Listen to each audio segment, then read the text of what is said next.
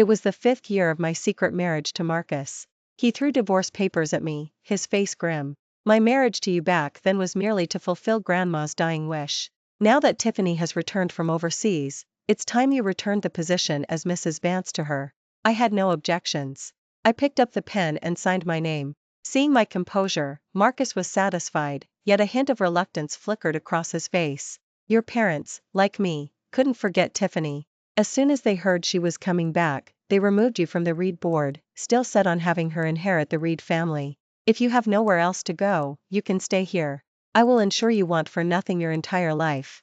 I looked at his hypocritical face, full of feigned righteousness, and found it amusing. Did he think he was the only one with someone else in his heart? Now that I was finally free of the marriage, of course I would return to give my first love, who waited 5 years, his rightful place. No need.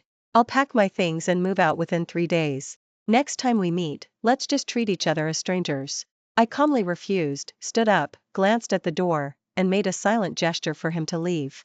Marcus, however, didn't turn and walk away as usual. He remained seated on the sofa, studying me up and down as if seeing me for the first time. Grace, after all these years, you're still so stubborn and unwilling to yield. Remember your words today. If you ever come to me for help in the future, don't blame me for turning hostile without warning. He finished coldly. Seeing I had no intention of arguing, he snorted and stood to leave. After the loud slam of the door, Maria, the family's longtime housekeeper, came to me, wiping her tears.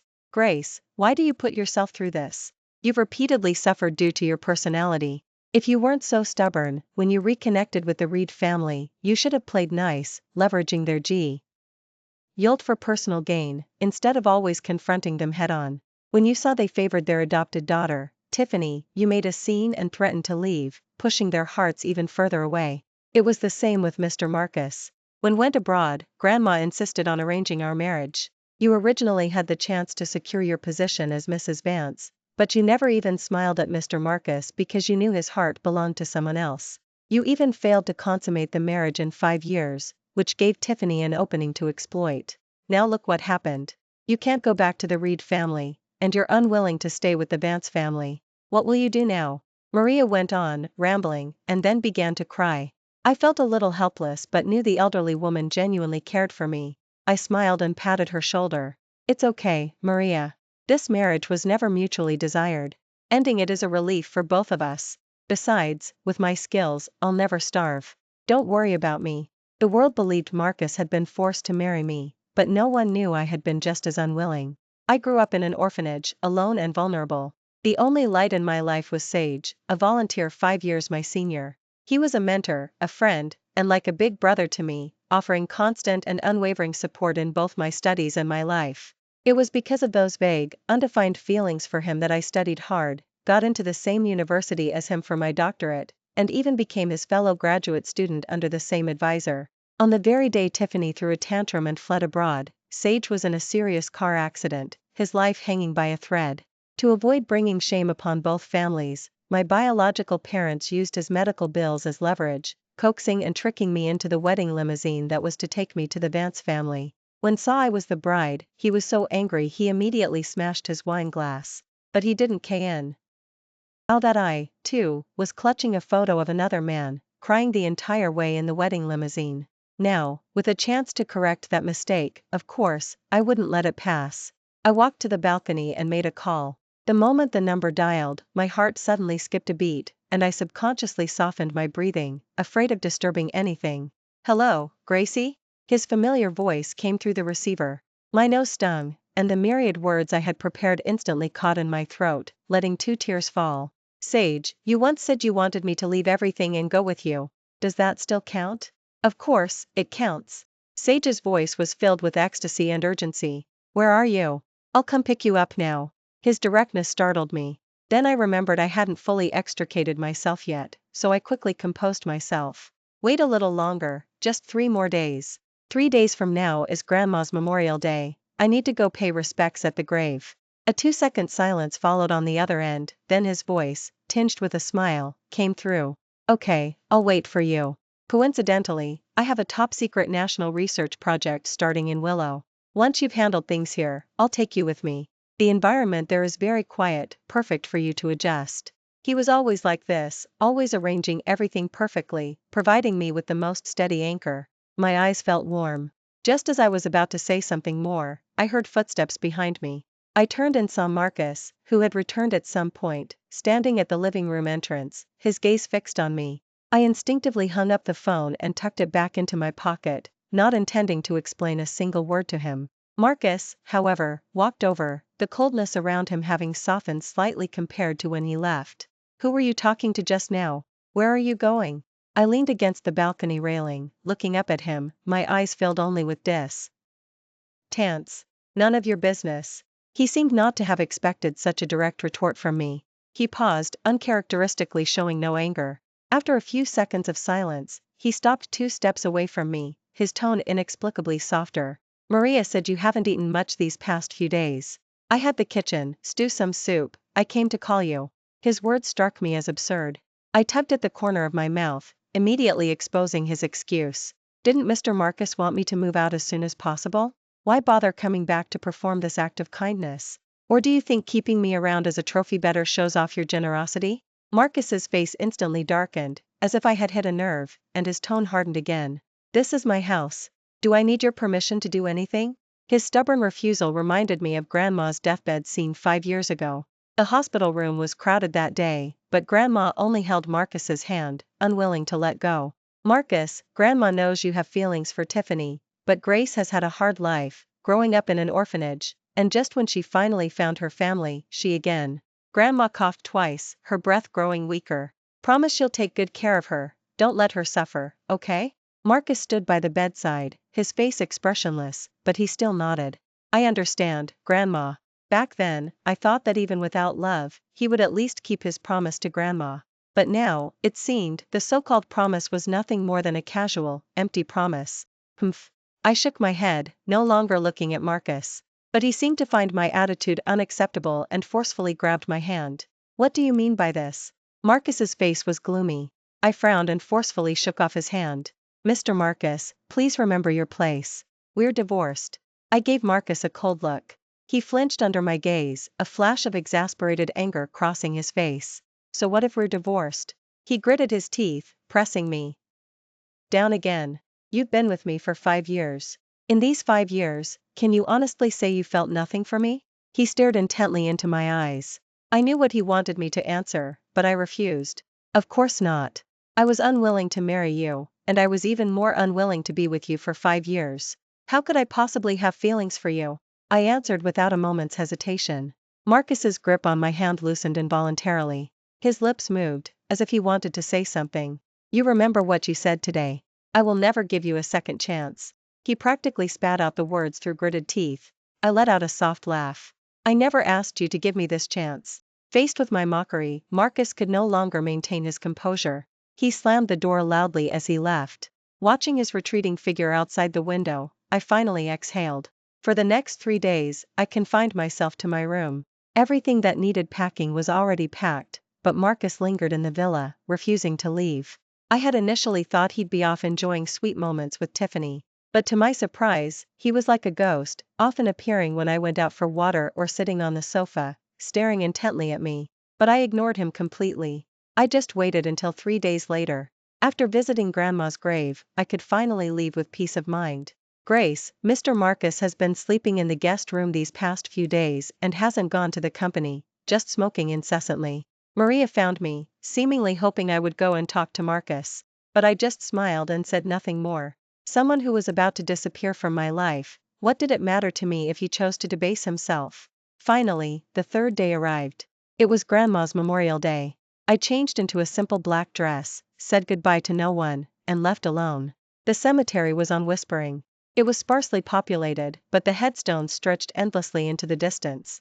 I gently placed a bouquet of white daisies before Grandma's headstone and reached out to brush away a few fallen leaves. Grandma, I've come to see you. Looking at Grandma's kind face in the photo, my voice choked up slightly. She was the only one who had shown me genuine kindness and warmth after I returned to the Reed family. I divorced Marcus. You won't blame me, will you? I tried many times over these 5 years, but ultimately, we were not meant to be. I lowered my head, unable to hold back my tears. I truly couldn't keep the promise I made to Grandma all those years ago. Grandma, I'll be free now. But I might not have the right to visit you anymore. I'll try to live well, so please don't worry about me. I poured out my longing for Grandma, expressing my helplessness. I even wanted to tell Grandma about the grievances of the past 5 years. But before I could finish, the sound of high heels suddenly echoed behind me. I didn't need to turn around to know who it was. Well, Grace, why did you come alone? Didn't you wait for us? Tiffany's voice was affected. I still didn't turn around, but reverently placed the flowers and tidied Grandma's grave. Of course I'm alone, I'm divorced. I turned around and spoke slowly. Marcus's face behind me noticeably changed, but Tiffany pretended not to understand. Oh, I see. On the way here, Marcus felt sympathetic towards me and said the cemetery drive was difficult, insisting on accompanying me. That's why we're late. You're not angry, are you, Grace? Tiffany's lips curved into a victorious smile. My expression remained flat. I couldn't be bothered with her, treating her as if she were air. But seeing my indifference, Tiffany became even more brazen. She stepped forward, feigning concern. Grace, I heard you divorced Marcus and even lost your board position at the Reed family. Honestly, you're just a woman. Everything you had was given to you by Marcus. You were so impulsive. What will you do on your own now? Tiffany curled at her lips, as if pitying me. I frowned, finding it utterly pointless. I came here to pay respects to Grandma, not to listen to you playing the victim for me. Tiffany let out a light laugh. She tugged Marcus forward, deliberately displaying their intertwined fingers. If you ask me, stop being stubborn.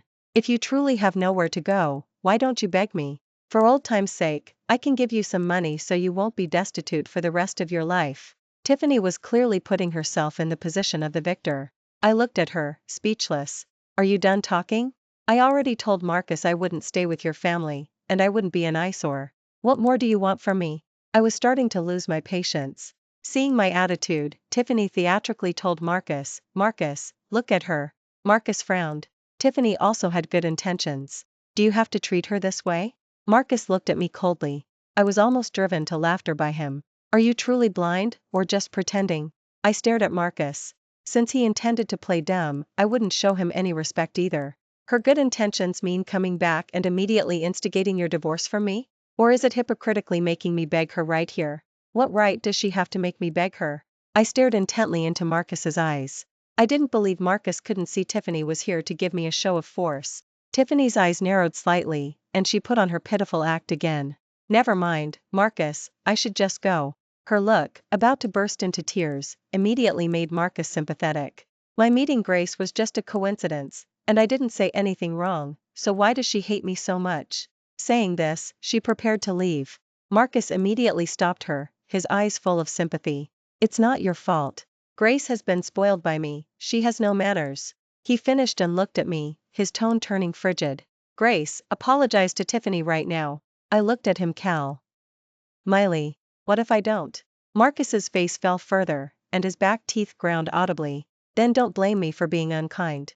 Just then, a deep, powerful voice came from the side. Oh? I'd like to see how unkind you plan to be. I turned around, instantly filled with delight. It was Sage. He wore a well-fitted black suit, which accentuated his stern face and powerful aura. Marcus frowned. He hadn't met Sage before and didn't know the relationship between Sage and me. Who are you? Marcus asked, frowning, but ignored him, walking directly to me instead. Why didn't you wait for me? There was a hint of sympathy in his voice. I looked at him, and my eyes immediately welled up. I asked who you are. Marcus's face darkened further at this scene, but still ignored him, taking my hand in his. Your hands are so cold. Don't you know I'd worry? Sage's gaze was intense, making my heart race. At such a sight, Marcus instantly erupted in anger. Grace! He stepped forward, intending to swat our hands apart, but directly blocked him with his other hand. Please mind your place. As soon as he spoke, several black-suited bodyguards appeared from behind him. These bodyguards blocked Marcus. Marcus became agitated. Grace, what do you mean by this? You got a new lover 3 days after divorcing me? Is that appropriate? Marcus shouted at me repeatedly, but I merely bit my lip. Marcus, I just want to return to the man I wanted to marry all those years ago. Why isn't that appropriate? Marrying you back then was out of necessity. Now that I'm divorced, and I've finally gotten rid of you, I just want to be with that person again. What's wrong with that? I challenged Marcus, staring into his eyes. As a top-tier scion, Marcus wouldn't be intimidated by Sage's men. He gritted his teeth and said, I told you, it's because you stole Tiffany's place as Mrs. Vance for 5 years. I'm just making it up to her. You agreed when I told you to divorce, so why don't you agree when I tell you to stay in the Vance family and continue living with us? Hearing this, I was almost driven to laughter by Marcus. Sage snorted even colder. Do you consider Grace your property? Or do you think Grace can't live without you? He spoke calmly. I know the Vance family makes money, but remember this, I am the one who can make the Vance family money. If you dare to trouble Grace again, I will dare to trouble you. Sage's voice gradually turned cold. Marcus gritted his teeth and pushed aside the bodyguards. Grace, I don't care who he is, but you're sure you want to abandon our 5 years together and leave with him, aren't you? He continued to press me. His attitude also displeased Tiffany. Marcus, what do you mean? Am I not enough for you? Tiffany pouted, asking in dissatisfaction, but didn't answer her. Instead, he stared fixedly at me. Grace, I said you can live in our house. We'll be just like before. Marcus clenched his fists. I looked at him, speechless. Do you think you're some ancient emperor? Why should I live with someone I have no ties to, and even risk being mistaken for your mistress? If wanted to live like an emperor, he should try to reincarnate, not demand it of me. Grace! Marcus shouted again. Let's go. I took Sage's hand, and we left directly. Marcus was still shouting behind us, but I no longer cared. I had found the man who waited for me for 5 years. I could finally leave the past 5 years behind me. Back in Sage's car, he offered me a mug of hot tea. It's all over now. He smiled. I cupped the mug. Yes, it's all over. The car started, carrying me gradually away from the city. The project base in Willow is ready. The environment is very quiet, a good place to recuperate. Sage smiled, comforting me. My heart warmed. Sage, will it be too much trouble for you? He laughed, reaching out to gently flick my nose. Silly girl, are you still talking like that to me? My face flushed slightly, and I finally leaned against his shoulder. Sage's assignment completed ahead of schedule, which was why he had the opportunity to come find me early. It was also thanks to him that I might otherwise have been dragged back by Marcus. Meanwhile, at Vance CEO's office, Marcus irritably slammed a document onto his desk. Did you find out? Who exactly is that man? The jumped. He nervously replied, Mr. Marcus, we can't find anything. We used all our connections, but the other party's information is top secret. Our people received a severe warning as soon as they tried to access it. This words made Marcus's face even uglier. You don't even know his name? Only that his last name is Cheen, but his name has been omitted from all public records. The hung his head. Marcus frowned deeply.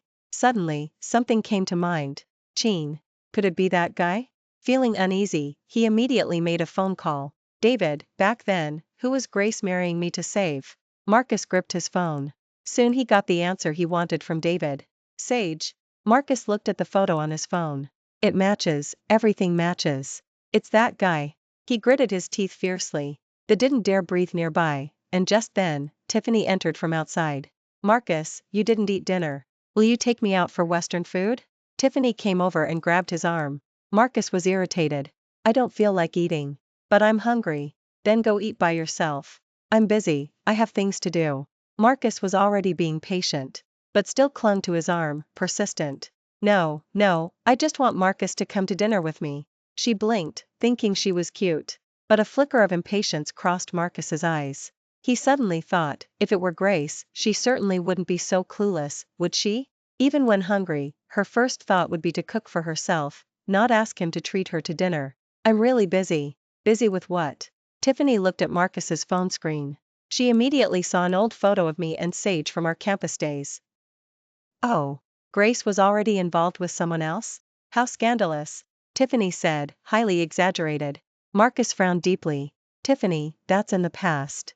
He subconsciously defended me, but continued, even if it's in the past, Grace shouldn't have kept everything from you. Now that she's divorced you, she immediately went back to him. Who knows if they've been in contact all these years? She pouted, clearly saying it on purpose. You go back first. I'll handle this. Marcus's mind was in turmoil. Seeing he was still unwilling to give up, Tiffany's face grew even uglier. Marcus, we're getting married in a few days. Don't you think we should start preparing? She tried to persuade Marcus again, but immediately told his assistant to escort her out. Marcus, what do you mean by this? Don't you want to marry me anymore? Tiffany cried out anxiously. Are you threatening me? Marcus suddenly looked up. Tiffany's expression changed. She quickly shook her head. No, I'm just a little anxious. Get out. Marcus didn't even lift his head. Tiffany stomped her foot in anger, but she couldn't do anything to Marcus and left indignantly. While they were searching everywhere for information about Sage, I had already moved into his home. It was a secure residential complex for the national project, with strict security, quiet, and peaceful. And it was indeed, as Sage had said, a good place to recuperate. How have you been resting lately? Sage often had to work late into the night. Today was his first day off since he brought me here. He held my hand as we walked in the residential area, comfortable and familiar, like an old married couple. Very well. The environment here is so nice, and it's far from the city, no noisy surroundings. I love it. I nodded and said. Sage, meanwhile, breathed a sigh of relief. I was worried you might not adapt. Life here can be quite monotonous. He smiled. After hearing his words, I paused. By the way, Sage. I looked up at him. If there's an why work I can do, I'd like to try. I said earnestly. Sage was taken aback. I thought you'd want to rest for a long time. I just turned down an invitation from a small project team for you. He smiled helplessly. Then he led me to the project area, which housed the nation's most advanced research facilities. When you moved in, you went through identity verification. Professor knew you were my fellow graduate student under the same advisor and was very interested in you. He even found your international journal papers from back then and believes you have great potential. Sage talked as we walked. Soon, he introduced me to Professor, and I passed the assessment smoothly. In just half an hour, I transformed from an aimless, unemployed woman into a specialist on a national-level project team. Welcome, Grace. Sage smiled slightly, solemnly shook my hand. In the days that followed, I continually made my mark within the project team, and relying on my genuine talent and knowledge, I quickly became a core member. I was no longer the Reed family daughter or Vance family wife who had to curry favor, but an independent research expert, Grace. Meanwhile, Marcus's life was not going well. He frantically tried to uncover Sage's background but met with roadblocks everywhere. Vance-renowned intelligence channels were nothing before a national security system. What was worse, his company's business also faced unprecedented challenges. Mr. Marcus, if we don't find a way to break through our current technical bottleneck, we will absolutely be overtaken by other companies. The had been swamped these past few days. Marcus's face was gloomy. Then find a way, he shouted, grabbing his hair. But the assistant looked at him helplessly. The information we have is that a national-level project is underway in Willow, and it involves content related to our technical bottleneck. Now, whoever can first obtain their technical support will secure the future, he explained. Marcus grew impatient. Then find a way to contact them. I'm willing to pay any price. It's not about money. They need to conduct qualification reviews and then a fair and impartial bidding process. Decide. Marcus's expression became solemn. Suddenly, he remembered Sage's words. I am the one who can make the Vance family money. Then asked his assistant for some information about the Willow project. By comparing, he discovered that the suit Sage wore that day was identical to the project team member suits. Could he really be there? Marcus gritted his teeth. Ultimately, he used all his connections, even humbling himself to seek help from his father's old war buddy, finally securing an opportunity to enter the project base. But the first person he saw after entering was me. I had now joined Sage's project team. After many years, I was again his junior fellow graduate student. Grace. Marcus spoke, his voice hoarse, breaking the silence of the laboratory. When I heard that voice, I was indeed a bit surprised. After all, I had long forgotten all those bad people and bad things, and I hadn't expected Marcus to actually find his way here. Mr. Marcus, what are you doing here? I glanced at him calmly. Marcus's Adam's apple bobbed. He wanted to smile but seemed hesitant. I came to ask for your help. Our company's business. He finally pulled himself together. But he was interrupted halfway through. Mr. Marcus, ever the businessman, never forgetting your true nature, no matter where you are. But you seem to have made a mistake. This is a laboratory, not a marketplace. I looked at Marcus with a hint of mockery. Marcus's face showed some embarrassment. If you want to engage in commercial cooperation, please follow the formal procedures to submit an application to the project team. As for approval, that's not for me to decide. I answered him seriously, then intended to resume my work. Grace. Marcus grew anxious. Sage stepped in front of him. Grace has made herself CL. Here. Please maintain your dignity. He looked calmly at Marcus. Marcus gritted his teeth. Grace, I beg you to give me a chance to speak with you. I want to talk to you privately for a moment.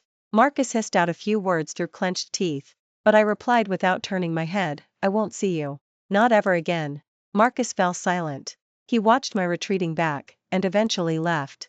Soon after he left, the assistant called. Mr. Marcus, our biggest competitor has secretly completed its upgrade, and their technology, once released today, attracted a large amount of investment. And the companies that said they would partner with us have all switched their allegiance to them. This news was undoubtedly a huge blow to Marcus. Inside Enterprise's top floor office, Marcus had trashed the office. Why? Everything went wrong after Grace left. Why is this happening? He was gasping for breath, his fingers cut by glass shards. He finally realized that ever since I left the Vance family, everything in his life had gone awry. Just then, Tiffany pushed open the door and entered. Oh, Marcus, you're hurt? Is it serious? Should I call for an ambulance? Tiffany's eyes immediately reddened. She sympathetically grabbed Marcus's hand, but coldly pushed her away. Can't you see if it's serious yourself? Do you even need to ask a question like that? If you truly cared, you'd bring gauze to bandage me, instead of pretending to be worried and concerned to garner sympathy here, Marcus said coldly. Tiffany was stunned for a moment. Her previously red eyes now held back her tears. Marcus, that's not what I meant, I genuinely care about you. She put on her harmless expression again. You should learn from Grace when you have time, be an independent woman. Marcus grabbed Tiffany's chin, then harshly shoved her away. Tiffany's face twisted. She looked at Marcus furiously. It's always Grace. What does she even have to do with you anymore? You're divorced, remember? She's my wife. Marcus slammed his hand on the table, but refused to be outdone. I'm your wife. She just secretly married you in my place. Marcus didn't want to see her anymore and immediately told his assistant to escort her out. Now completely panicked, she could feel Marcus drifting further and further away from her. Grace, it's all because of you. Her mind became completely twisted. She then anonymously spread rumors online, claiming that my current involvement in a national-level project was due to improper connections. She even attached several old photos of Sage and me from our campus days, deliberately manipulating public opinion. She thought this would ruin my reputation and get me fired from the project team, but she didn't know that her every move was already under the surveillance of the security department. In less than half a day, all the posts were thoroughly deleted, and her IP address was precisely pinpointed. Tiffany was swiftly apprehended. When the Reed family begged Marcus to help get her released, they were shown the evidence of how Tiffany had slandered me. Tiffany. Marcus crumpled the evidence in his hand. He couldn't accept that Tiffany was such an intensely jealous person with such disgraceful methods. Soon, Tiffany was lawfully arrested for defamation, and Marcus went straight home that day, no longer interfering in the matter. A long prison sentence awaited Tiffany. The family's world turned upside down overnight. My biological parents, no longer caring about their reputation, ran like mad to Willow and knelt at the project base entrance, pleading for my forgiveness. Gracie, your mother and I were wrong. Please come back, everything in the Reed family is yours. Fearing they might cause a negative impact on the project, I had no choice but to go out and see them. But I knew perfectly well why they had come to find me. I can't help you. Tiffany will serve her full sentence, she needs to learn her lesson. I looked at my parents coldly. They came to say these things to me, of course, not truly wanting me to return. They just wanted to save Tiffany. Sure enough, upon hearing that I wouldn't help her, they immediately revealed their true colors. I told you it was useless to find her. How could someone with such a vicious heart and extreme jealousy be even a fraction as sensible as Tiffany? Sarah pointed at me and yelled. It was a waste raising you. You're so capable now. Is it really that hard to save your sister? David also blamed me. But they seemed to have forgotten how they had always sided with Tiffany when I was bullied by her. Now, I wasn't even bullying Tiffany, she brought her arrest upon herself. Was it my fault that I just didn't want to forgive someone who hurt me? My capabilities have nothing to do with you. If you want to follow Tiffany's example and spread nonsense online, I don't mind letting everyone see your true colors, I said coldly. After that, I called security to escort them away. Tiffany's verdict had already come down, she had no chance of a reversal. Dance, having missed the optimal timing, suffered a crushing defeat in the new round of competition, losing more than half its market value. One rainy night, Marcus appeared downstairs at my house. He let the cold rain drench him completely, howling my name again and again. Grace, come out and see me. Please. I was wrong. I was blind. Please come back? I'll give you anything you want. I'll do anything you ask.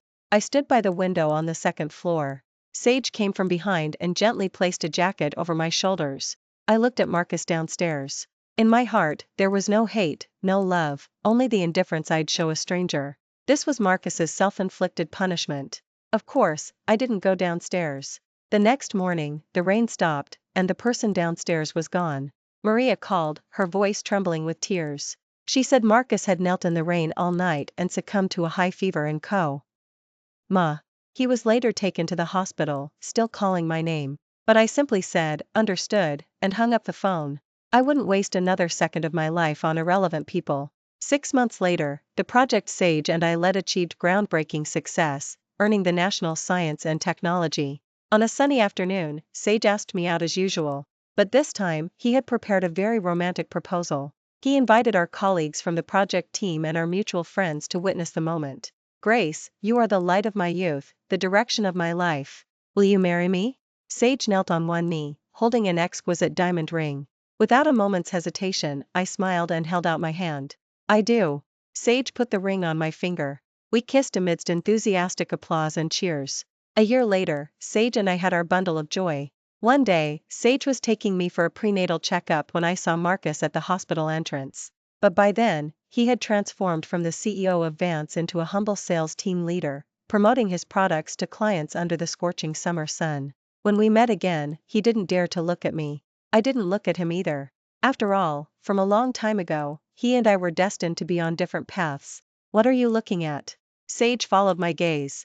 I shook my head, took Sage's hand, and we walked into the hospital together. A new life had begun, and I would never again be distracted by people from the past. Thank you for watching today's story. If you enjoyed this video, please give it a like and share it with your friends.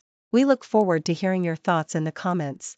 Feel free to share your perspectives, and don't forget to subscribe to our channel for more exciting stories. See you next time.